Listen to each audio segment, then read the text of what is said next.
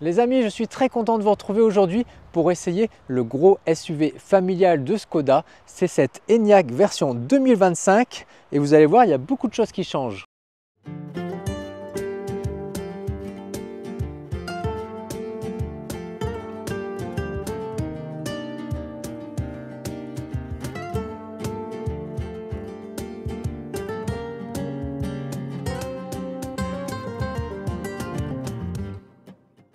Ce Skoda Enyaq, il est né en 2020. C'était le premier SUV électrique de la marque tchèque. Il repose sur la plateforme MEB. En 2024, il s'en est vendu plus de 6000 en France. C'est toujours un succès. Et en 2025, Skoda revoit sa copie pour rester dans le match, surtout par rapport par exemple à une Tesla Model Y ou encore un Peugeot i5008. On va en faire le tour. Le design extérieur, vous avez vu, il change énormément. L'intérieur très peu, et puis on va parler des consos, de l'aérodynamisme, vous allez voir, c'est parti, je vous emmène.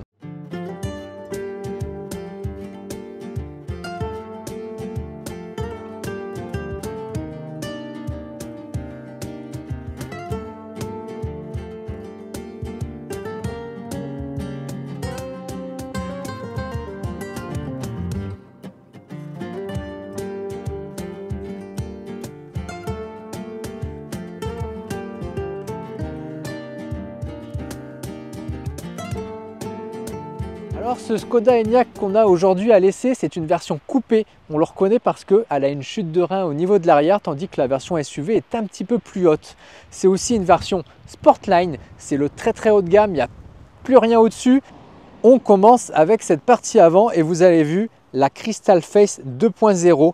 Tout simplement, c'est ce Tech Deck qui remplace la calandre et qui est repris du Skoda Elroq qu'on a essayé il n'y a pas très longtemps. Et donc cet ensemble-là comporte les caméras, les aides à la conduite, les capteurs, tout est regroupé dans cet ensemble et il finit avec des petites barrettes comme ça alors que les projecteurs sont juste en dessous. Désormais pour 2025, c'est du full matrix LED. On peut voir l'aérodynamisme est beaucoup plus prononcé. Il y a aussi des petits appendices ici qui créent une turbulence. On a un nouveau design de jantes. Version Sportline, on a des jantes spécifiques 20 pouces. Et tout ce travail aérodynamique, plus la chute de rein, plus le plancher qui a été retravaillé, eh bien on a un super CX qui ne dépasse pas les 0,225. C'est 0,15 de mieux. Ça va jouer sur les consommations puisque elle est donnée à 591 km. C'est plus qu'avant et c'est 10 km de plus également que la version SUV. On va passer à l'arrière et vous allez voir, le dessin des optiques n'a pas changé. Par contre, là encore, on est passé en matrix LED et avec des clignotants à défilement. La petite écusson Sportline qui rappelle que vous roulez dans la version haut de gamme et puis un arrière qui est très simple. Pour le coup, c'est une version coupée, donc eh bien, ça plonge, c'est très aérodynamique. Et la version coupée aussi a droit à un toit en verre panoramique qui apporte une luminosité extraordinaire. Mais lorsque vous manquez un petit peu de cheveux comme moi, eh bien, ça tape vite sur le crâne. On va passer à l'intérieur, vous allez voir, il y a vraiment énormément de place, en particulier dans le coffre. Et d'ailleurs, on va commencer tout de suite par le coffre. Coffre électrique. Et chez Skoda, on aime bien dire Simply Clever, puisque regardez, vous avez partout des petits filets. Vous avez aussi des mousses qui ont été retirées sur notre modèle, mais on a un coffre qui atteint tout de même 570 litres, 585 15 litres de plus pour la version SUV, mais regardez, on a énormément de place, on a des trappes pour tout ranger, et puis on a aussi là des petites choses. Et puis si vous êtes un petit peu perdu, Skoda a pensé à mettre un petit QR code avec tous les modes d'emploi, toutes les possibilités, toutes les petites astuces. On a aussi de chaque côté, eh bien voilà, il suffit de tirer, vous faites tomber automatiquement les banquettes, et dans cette version là, dans cette configuration en deux places, on monte tout de même à plus de 1600 litres. C'est vraiment un coffre de déménageur. On va refermer le coffre électrique et venez voir, on va passer tout de suite à l'avant. Toujours dans cette démarche de Simply Clever. C'est quelque chose que les propriétaires de Skoda adorent. C'est ce petit parapluie que l'on met ici. Pour le conducteur, le passager n'en a pas, mais c'est vraiment assez chouette. Allez, je vous emmène à l'intérieur.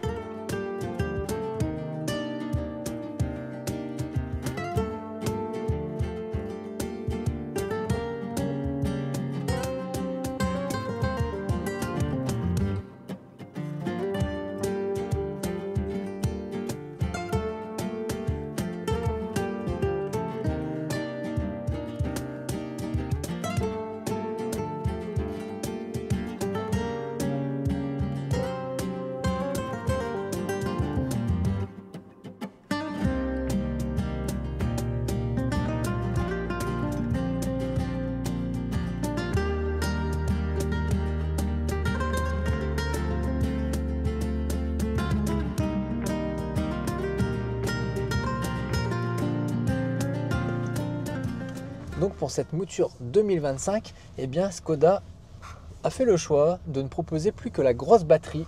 Donc c'est la configuration 85 de cette Enyaq. Et malgré son nom, ce n'est pas une batterie de 85 kW, mais de 77, parce que ça repose toujours sur la plateforme MEB, et que cette batterie de 77 kW, vous la connaissez bien dans le groupe Volkswagen. Au niveau des puissances de charge, eh bien, on monte jusqu'à 135 kW. La recharge de 10 à 80% s'effectue en 28 minutes. Et si vous vous perdez un petit peu dans les fiches techniques, vous apercevez que la version 85X, qui est la 4 roues motrices, a aussi une batterie de 77 kW, mais recharge en 175 kW. Comment expliquer cela? Eh bien, c'est assez simple, puisque bien, les 135 kW sur cette version 85, eh bien, elle maintient sa charge beaucoup plus longtemps, tandis que la version qui recharge en 175 kW, eh bien, le pic s'effondre. Et au final, on se retrouve avec les mêmes vitesses de charge, le même temps de charge. Au niveau des sensations de conduite, eh bien, pas vraiment de surprise. On a toujours sur cette plateforme MEB un frein qui est un petit peu spongieux, qui s'enfonce un petit peu. Et c'est bien là son seul défaut, parce que c'est une voiture extrêmement confortable de 2 tonnes 2. On a des suspensions, on a la suspension DCC qui est réglable sur 15 niveaux. On a également un vitrage acoustique qui permet de réduire les bruits d'air. Et aujourd'hui, on a particulièrement du vent sur la région de Narbonne et on n'entend absolument rien. C'est vraiment très confortable. On a ces sièges aussi qui sont quasiment parfaits, ils sont chauffants, on a le volant chauffant. On a également sur cette version Sportline des petites palettes. Alors non, ce n'est pas pour passer les vitesses, c'est juste pour agir sur la régénération. Mais entre nous, le mode auto est largement suffisant et fait un travail extraordinaire.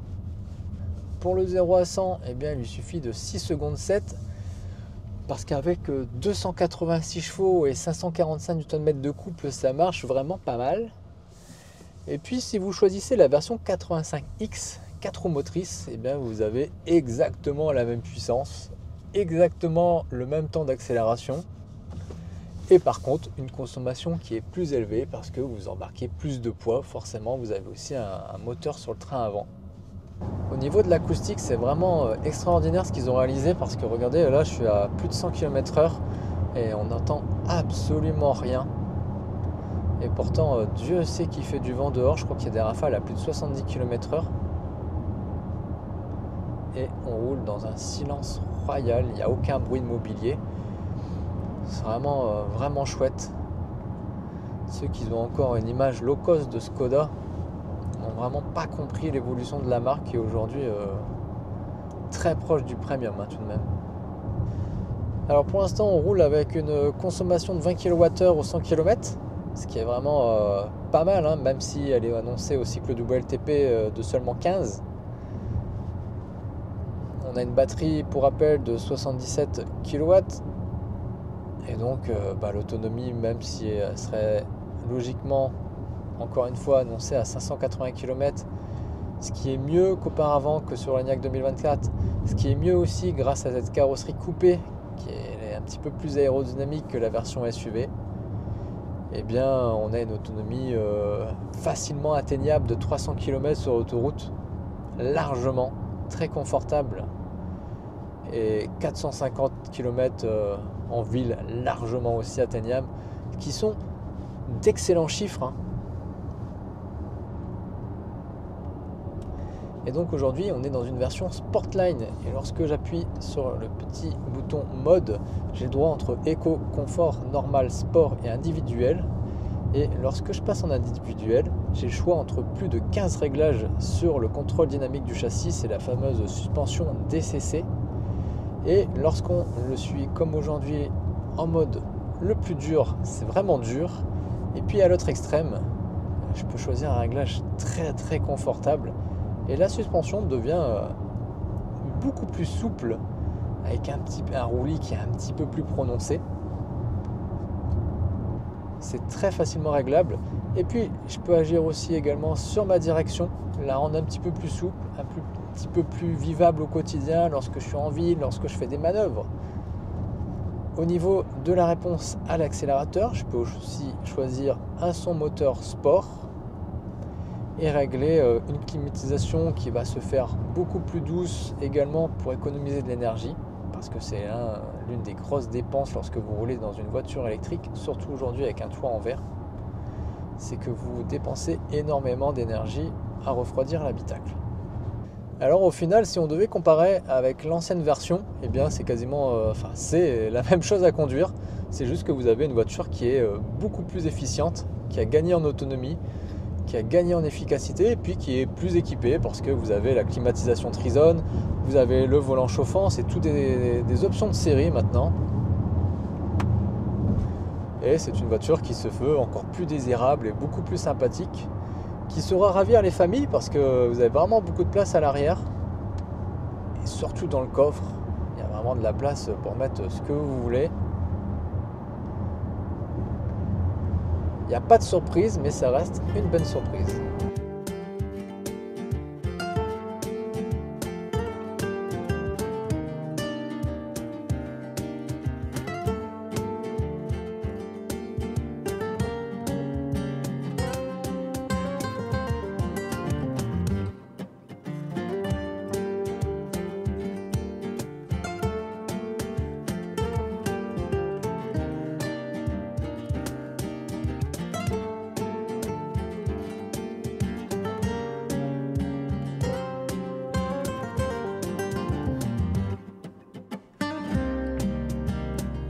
Hop, on est passé à l'intérieur et puis je vais vous montrer qu'est-ce que ça donne. Donc pour rappel, toujours finition Sportline et ça c'est important parce que, eh bien regardez, vous avez des petits inserts ici en carbone, tandis que sur la version Plus par exemple, vous avez un intérieur cuir. Alors c'est du cuir végétal, hein, c'est plus du vrai cuir, couleur cognac, marron, c'est beaucoup plus joli. Donc écran 13 pouces, on a la nouvelle interface qui est beaucoup plus sympathique, qu'on avait découvert également sur le L-Rock. On a aussi ces touches de raccourci en haut, ça c'est pas mal. Vous avez par exemple toutes les aides à la conduite avec des raccourcis que vous pouvez désactiver très rapidement. Le Line Assist ici directement, oui je veux le désactiver. Les alertes de vitesse. Et regardez, tout à l'heure je vous disais pour ma consommation que j'étais à 20 kWh et on est descendu tout de même à 18,5 en faisant un petit peu plus attention. Cet écran 13 pouces, il est nouveau, il est partagé aussi avec le Skoda Elroq, c'est vraiment très sympathique. La vraie nouveauté, c'est que désormais, eh bien, pour la recharge, on peut activer manuellement le préconditionnement. On n'est plus obligé de l'associer à la navigation.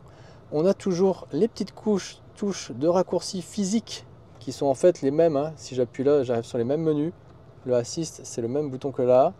On a aussi une fonction de parking quasiment automatique, qu'on peut aussi avoir l'application Skoda sur le téléphone et faire sortir le véhicule avec le téléphone, ça c'est vraiment chouette.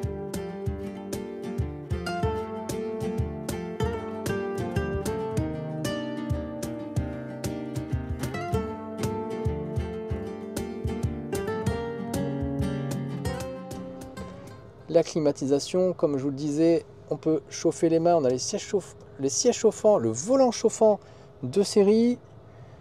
Et puis on a aussi, par exemple ici sur cette finition là, l'induction pour 2 téléphones, c'est ventilé en 15 watts.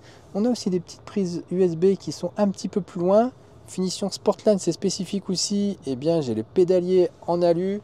J'ai également ces superbes sièges un petit peu en suédine Alcantara.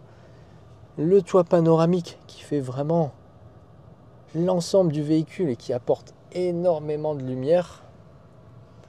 Et puis on a toujours ces poignées de porte que j'adore, c'est vraiment hyper design. Les petits inserts en carbone qui sont très jolis. Et ce nouveau volant Skoda avec l'appellation Skoda en Dark Chrome, c'est très très bien fait. Devant moi, sur la barre la plus haute, ici j'ai des caméras qui surveillent que je ne m'endors pas. En dessous, j'ai toutes les informations importantes sur le véhicule. Et puis, j'ai bien sûr les petites palettes qui permettent d'agir de part et d'autre sur la régénération, sur 3 niveaux. Mais moi, perso, j'ai préféré tout laisser en automatique. Au niveau du rangement, c'est du Skoda. Donc, c'est très bien fait. J'ai de la petite place pour les pièces. J'ai des portes gobelets. J'ai des rangements. Regardez, j'ai pu ranger absolument tout ce que je voulais là-dedans. J'ai aussi une grande trappe. Des rangements là. J'ai c'est le Simply Clever. Je peux mettre mon étiquette de parking juste là. C'est hyper pratique. Il y a de la praticité absolument partout. J'ai ça ici. À l'arrière, j'ai des petits rideaux si jamais j'ai des enfants pour éviter la chaleur par exemple. Et si je passe à l'arrière, hop, mon siège recule automatiquement. Voyons voir la place qui me reste. Bon, forcément, j'ai mon sac. Mais regardez, mon 1m77 est largement à l'aise. Il me reste bien 15 cm encore. J'ai une petite aumônière pour mettre un téléphone. Je dois avoir aussi des prises USB et un rangement amovible. L'environnement Skoda et le Simply Clever est vraiment respecté. J'ai des petites astuces absolument partout. Et puis même à l'arrière, je profite de ce toit panoramique qui est vraiment très agréable. J'ai également les petites poignées qui sont très sympathiques. Et regardez les volets que je viens de vous parler. Ça donne ça. Et c'est plutôt agréable. Si par exemple il fait vraiment très chaud comme aujourd'hui, hop, je me mets à l'abri et je garde une visibilité sur l'extérieur. Hop.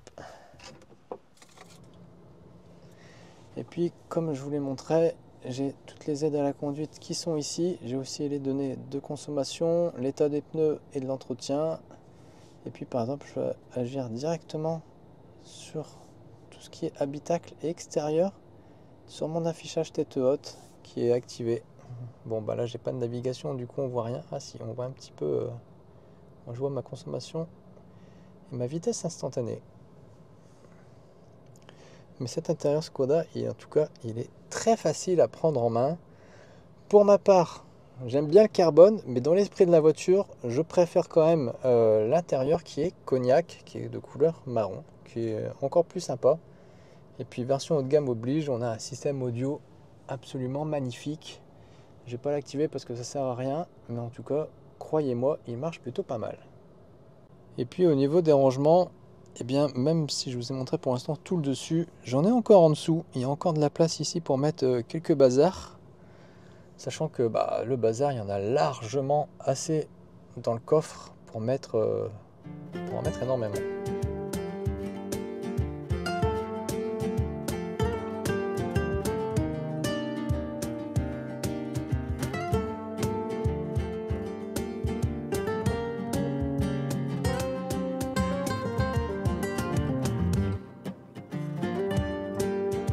Ici, on peut voir cette Crystal Face 2.0. Ouais, c'est beaucoup plus discret, hein. Ça, c'est vraiment, il n'y a pas de doute parce que c'est intégré dans le Tech Deck.